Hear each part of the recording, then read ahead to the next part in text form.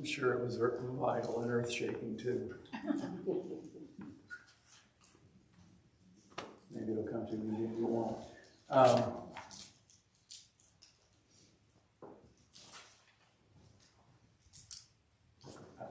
got nothing. Okay. I'd be concerned about that since I'm getting older, but I've been like that for about 45 years, so I've eased into the forgetfulness. Okay, so tonight we're on our fourth session of this series. There'll be 6. Of course, next week we won't be doing it because of VBS. We'll be getting back after that. So tonight, it's all about organizing your life around Jesus. And that is the main thrust of, I would say, not just this session, but of the Christian life.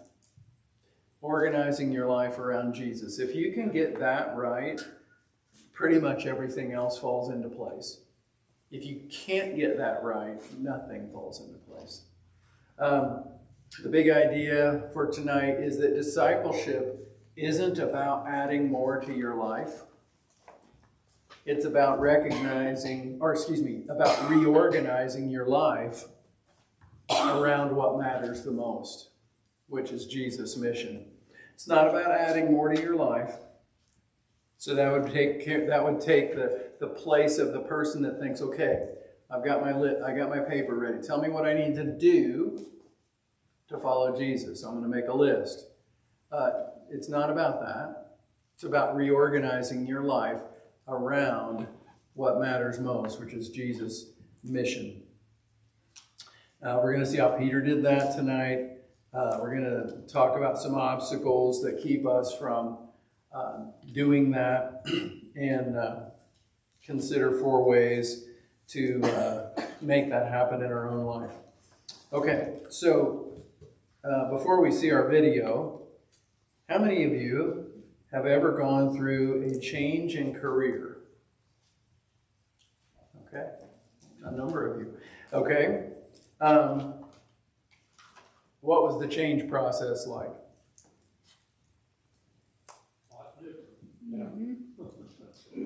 Went from one side of the desk to the other side of the desk.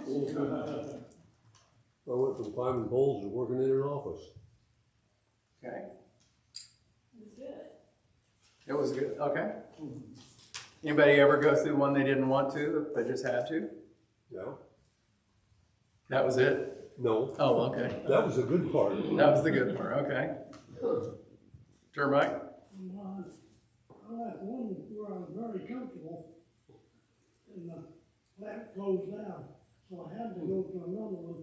But it's hard to get a job from anybody when you're 40+ years old. Yeah.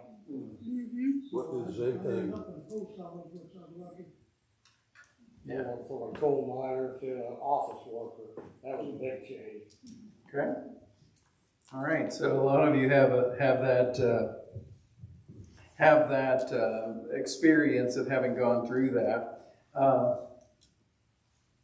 When we face those things, probably we find out that we aren't maybe as flexible as we thought we might have been. It's easy, I know, at least for me, it's easy to assume I'm flexible. If I had to make this huge change, I might find out I'm not as flexible as I thought. All right, let's go ahead and, we'll see our video in just a second. I want to ask here again.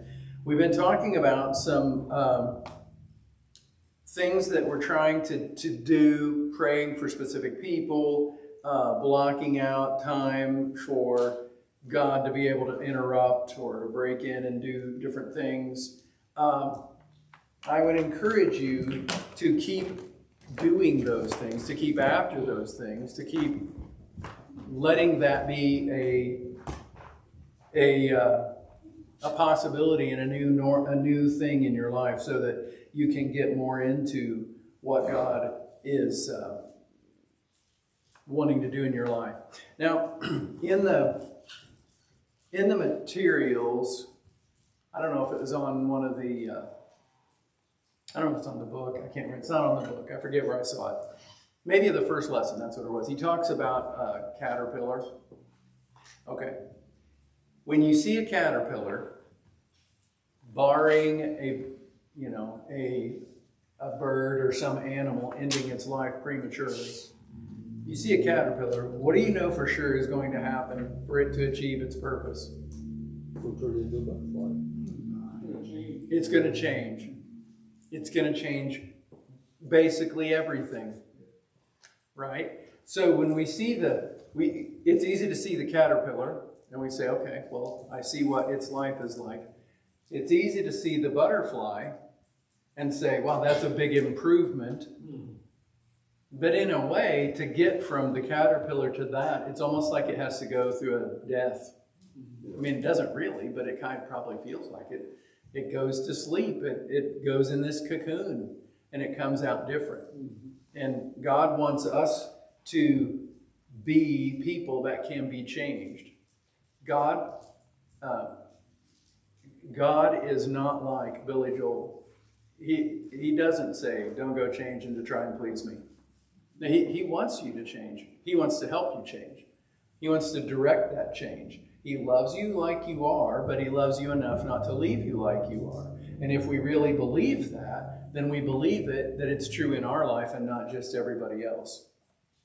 Because that's another thing. It's easy for us. We probably, whether we want to admit it or not, probably most of us, if we were given a pad of paper, we could write down everybody's name in here. And we could write down 2 or 3 things that we think, it'd be probably good if they change this. But when it's us, it's easy to think, what would I need to change? I must be doing everything right. Well, probably we don't really think that, but we have to be willing to let God change us. All right, let's go ahead and see the video. And he's going to be mentioning some things that are on that paper, but I'll let you know, like I didn't let you know last time. I will. You don't have to scramble. I'll be reviewing them.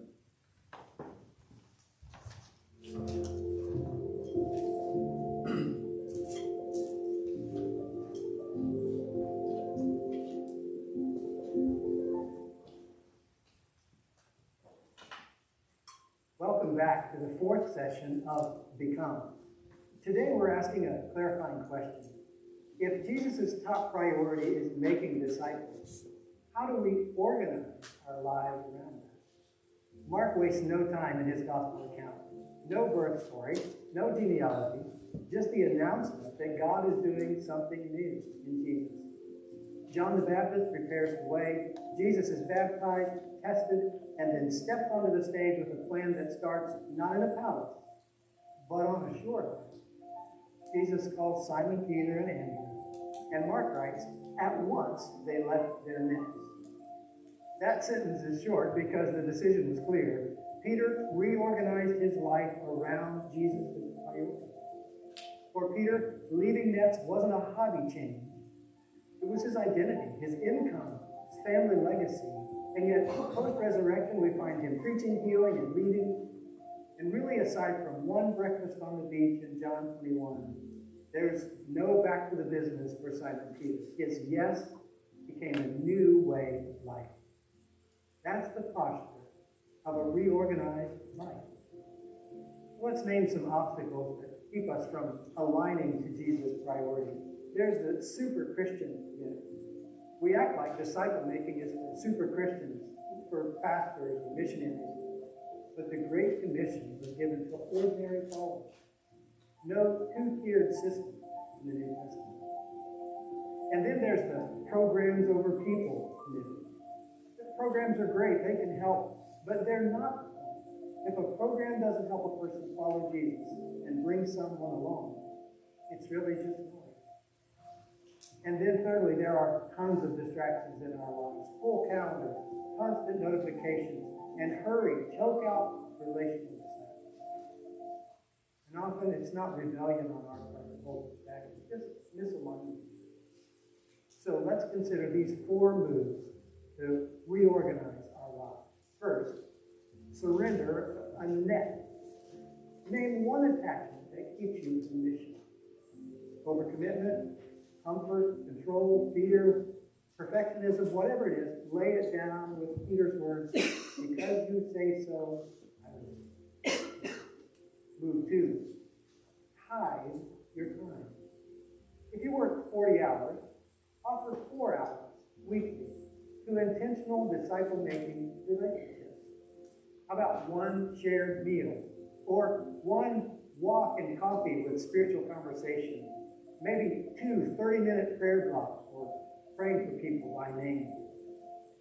The third move, simplify to create margin. Remove one unnecessary commitment this month. Practice one day of true Sabbath monthly. Unplug, rest, and listen. Margin is where divine appointments happen. And move forward. Prioritize presence. Discipleship is really life on life. Unhurried time, active listening, shared prayer, scripture, and real decisions. Don't wait to be an expert. Be available and authentic. Most of us won't leave our careers like Peter, but all of us can leverage them. Invite Jesus into your profession, into your neighborhood routines, your family rhythms, your ordinary pathways, and become holy ground. So what can we do this week to gain some ground on organizing our lives around Jesus' priorities? Well, pray daily. Ask the Spirit for one person to invest in and pray for them by name. We can plan. Block 4 hours this week for intentional relationships and then protect that. And we can practice. Sit down with a friend and brainstorm a discipleship conversation. You can do it. Let's pray. Jesus, reorder our priorities around yours. Show us the net we need to drop. Give us courage to simplify, time to be present, and love to invest in people. Holy Spirit, empower our small steps so that disciples are made right where we live.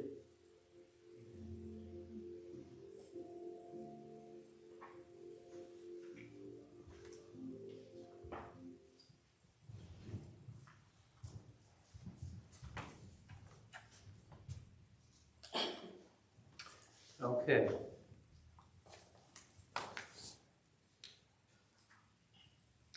Okay, so let's look at Mark chapter 1, verse 17.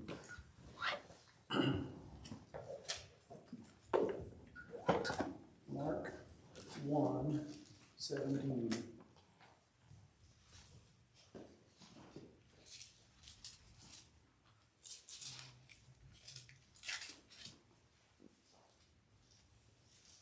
Would you mind reading that, Jennifer? This is 117. Come follow me, Jesus said, and I will make you fishers of men. At once they left their nets and followed him. Okay. So, when Jesus called the disciples, so Paul, Peter, Andrew, they were there, he calls them, he was calling them to leave one way of life and enter into a completely different one, and leave everything he knew to go to nothing he knew. Everything was different, and he didn't know what was going to happen other than he could see Jesus and he's going to follow him, but he didn't know any of the rest of what that would mean. I am always the more I read the Gospels, the more I admire Peter. Peter is, I find it so interesting that so many people I read, people I hear preach, whatever, take shots at Peter. Okay. Peter was a professional fisherman. Almost without a doubt, the reason he was a professional fisherman is because his dad was. And his grandpa. Great-grandpa. On and on and on. That was the family business. That's what his kids would be doing. Until Jesus said, hey, come follow me. And Peter's like, sure, okay. That's pretty bold. You know, it's easy to take shots at Peter and say, well, he did this and he spoke too quick and he was always too quick to say this and too quick to do that. Oh, no, it was the quickness that was admirable in so many cases. And in this one, for sure, he left everything to do that, to just obey. He left his nets. At once, they left their nets and they followed him. Andrew, too. So it's easy to just kind of skip over that and not think like how huge that is. How big that is. Most of us, I'm not making light of anybody's decisions. I truly am not. Most of us, in many ways, have never made big decisions like that, other than the decision to follow the Lord. I'm not saying that. But I'm saying, like, most of you grew up in this area, generally. You're around what you've known, and you've known it forever. And you know, I mean, I get it. It's hard to just up and leave. I was talking to someone the other night. Their son's a teacher, and he's looking for another job. He's put in a lot of applications, and I said, oh, where's it? Oh, he's looked everywhere. And I said, everywhere? Well, everywhere around the suburbs. I said, okay. Okay, I mean, I get it. Everywhere, though, you find opportunities. You know, like you just cast the wide net. You'd find those opportunities. But that's hard. That's hard just to leave everything. You don't know anybody. Most of us probably could wrap our minds around the concept of just like going to a completely new place, new opportunities, new things to see, new ways of doing things. But the doing of that is hard. It's hard for all of us. Peter did that. He did all of it. We've done a measure of it because we've accepted the Lord. And that was leaving a certain way and adopting a different way. And I'm not making light of that at all. But for Peter, I mean, you have to admit, it was like everything. Everything was wrapped up in that one decision. Fishing wasn't a hobby for him. It was his occupation. It was his livelihood. Okay, so here's Jesus says to Peter, come follow me. Peter tosses the net and follows him. Think about the rich young ruler. What do I need to do to please God? And he says, well, just sell everything and give to the poor. No. But that's basically what Peter did. Peter just gave it all up. He didn't even sell it to give it away. He just left it. It was an amazing, amazing thing. Okay, so let's move on to this. What do you think it was that was so compelling that would inspire Peter to make that decision?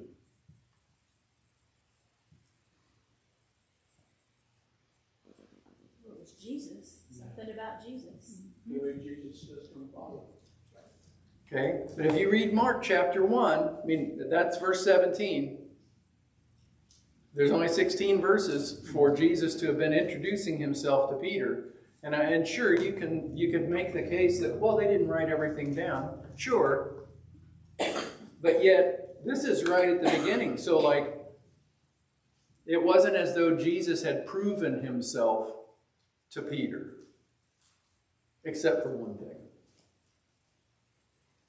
And it might not be in this gospel, I can't remember.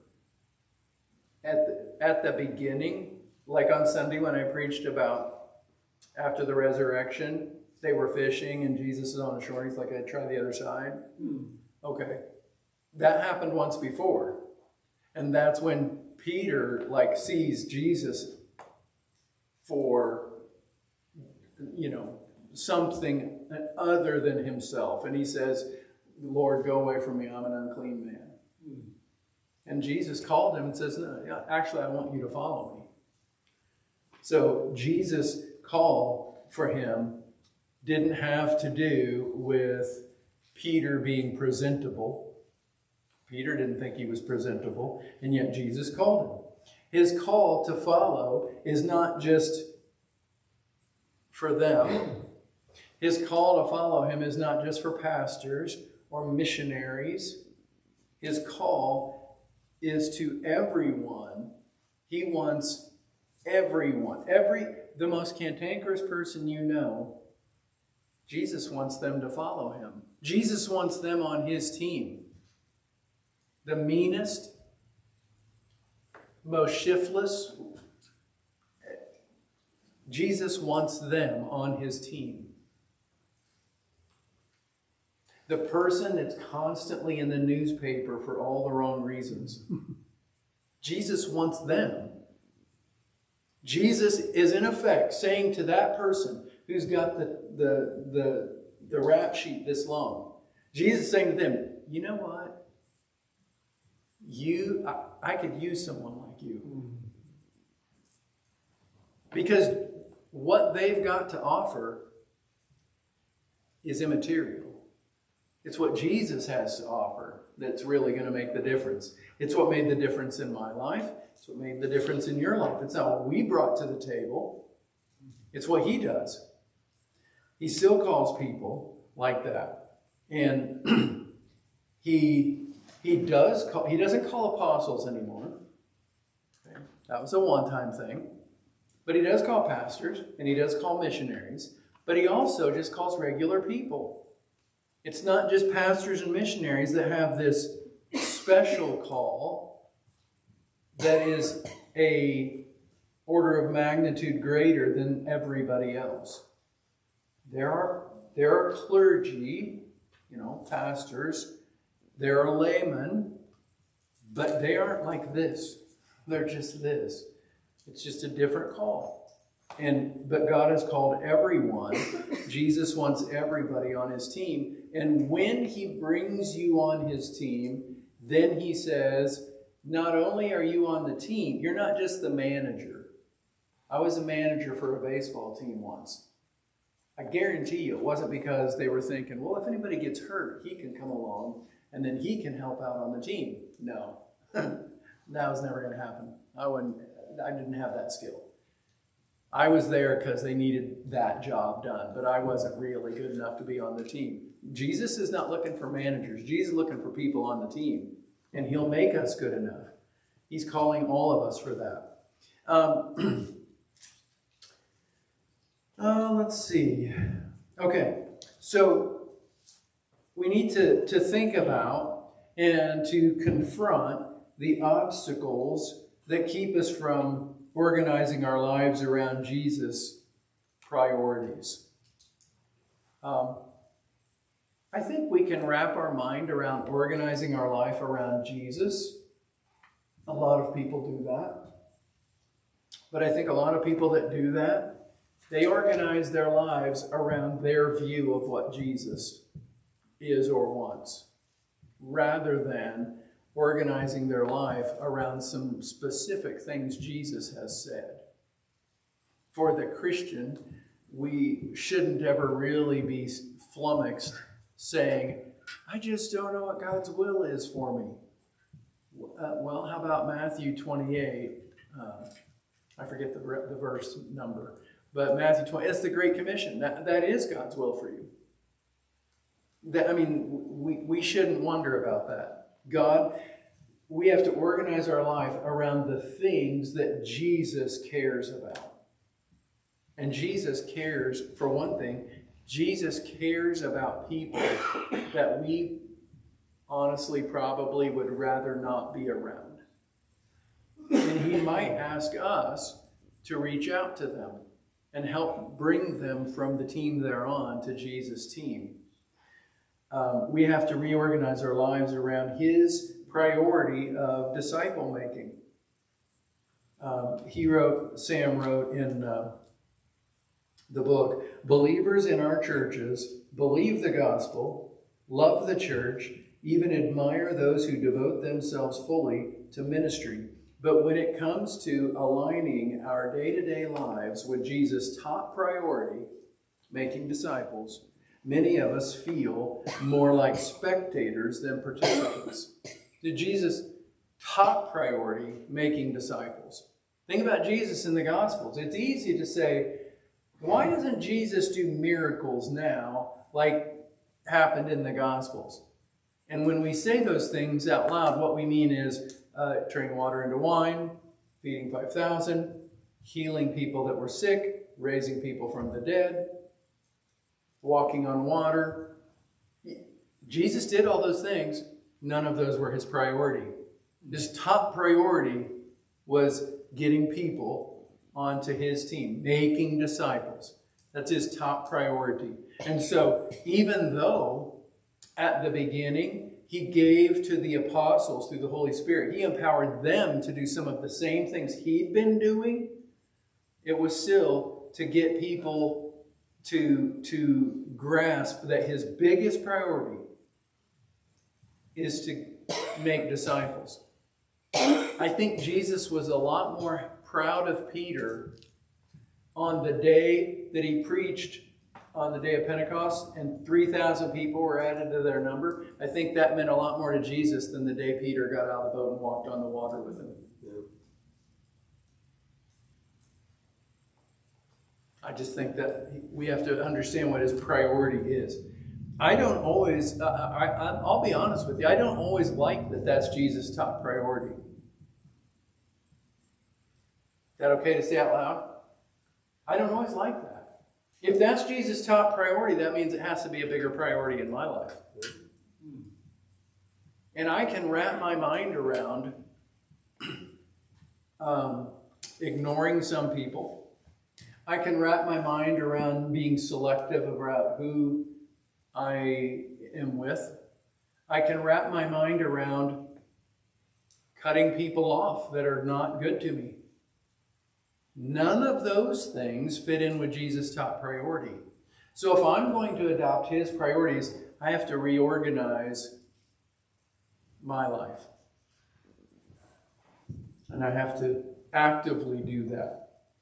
Okay, so the first obstacle he talked about is the super Christian myth. Do you remember what he was talking about when he said that?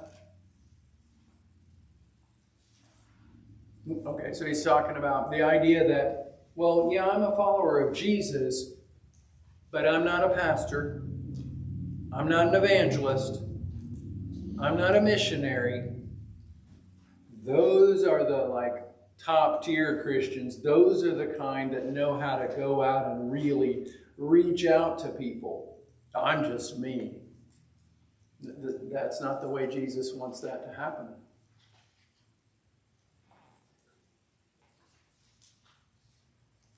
That is destructive to his disciple-making mission because he's got people that are more apt to hear from you than they are from someone else. There are people that do not want to hear what I have to say. Some of those people don't want to hear what I have to say because they know me. Make of it what you will. Some of them don't want to hear what I've got to say if they know I'm a preacher. But they might listen to you. And then there's some people that I know that wouldn't listen to you. But they might listen to me. Jesus has this role for everyone. Okay, so there's not this, super Christian that's their job, but I am I'm the manager. You realize, it hasn't been so long since you've been in school, you realize the manager of a baseball team at a school doesn't really manage anything. Mm-hmm. They tote and fetch and carry. I actually was a good manager, so I didn't really tote, fetch, and carry. We had 3 managers, and at the first game, the coach showed us all how to keep the stat book. And he said, we'll just all take a turn and see how this goes. And he said, Russ, you can go first. And so I sat there and I was meticulous. And after the game, we were on the bus on the way home. I gave him the book and he looks and he's like, This is fantastic. You just do this for the rest of the time. So every time after that, I walked out with my clipboard, and the other two managers were lugging all the bats and everything. But that's not the way it works. Jesus is not looking for tote and carry. He wants us all part of the game. Okay, the second obstacle is, he called it programs over people. Programs over people. So, I went to a church once that did not grow. In fact, it did the opposite of growing. And it seemed like every plan that was hatched to try to grow the church was a program. And at the time I thought, well, this will work. None of them worked. And I think one of the reasons they didn't work is because when you've got this program, you're going to have this big event or whatever, you know. Not one where everybody's pitching in like our BDS kind of thing, but a big event where like very few people are actually doing the work, or you bring someone in, you know, a special speaker, a special musician, whatever. Okay, when you have that, it's easy for everybody else then to assume that's what is going to do it. If that's going to bring everybody in, then guess what? I can just sit back and I can watch it happen. It just doesn't work that well. Okay? I have said before, the first 6 months that I was at this church, more visitors came in the door than in 20 years of that church. And that's just the truth. And it's not because we did big events. It's because people did their thing. They were on the team. And that's what really will build the kingdom, I think. Okay? Programs are okay. An active church is going to have programs. But those need to be like the icing, not the cake. All right? The third thing was probably the biggest one, distraction. What are some distractions that can choke out relational discipleship? Social media is good. Social media. We could spend another hour talking about why. If you're not careful, you will immediately eliminate a bunch of people from ever listening to anything you've got to say, because of you will please a bunch of people and you'll irritate a whole bunch more. And very few people are going to cross that. So that's one reason social media can. But what's another reason? What's another way a distraction can choke out relational discipleship? Politics. Anything else? TV. Sports. So, busyness, right? Yeah, busyness. We most of us like the idea of curating our life. A curator at a museum is somebody that gathers the things that are going to be on display. And they can set it up just how they want. And they get the museum and the display looking just the way they want, the way they think it goes. Okay? So, for example, when Rachel and I first got married, for 4 years, our lives were very serene. And then we had kids. And then for 25 years, our lives were not so serene. They were good. They were not so. Now, back to a very curated kind of life. I like my habits. I have some good ones. Okay? But now this next week is going to all be disrupted again because our grandkids are going to be with us. Okay? If I'm going to care about other people, I can't curate my life so tightly that I don't have room for interruption. Okay. He says, when we can become engaged in Jesus.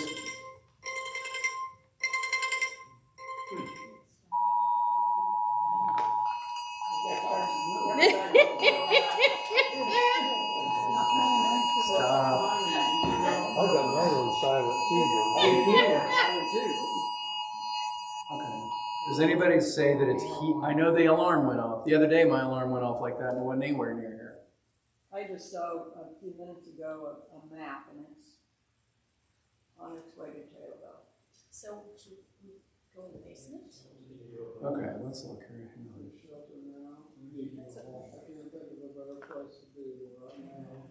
on. Okay. Well, should we go downstairs? I mean, if they want to salute, they can. Well, yeah, I'm not gonna put you in a headlock and go, but So, if you're gonna stay for the next 15 minutes, I guess we'll go downstairs. And I'll finish down there. We're gonna go home and decide it ourselves. Okay. Wait, the dog's there. I knew you'd say that. They got each other.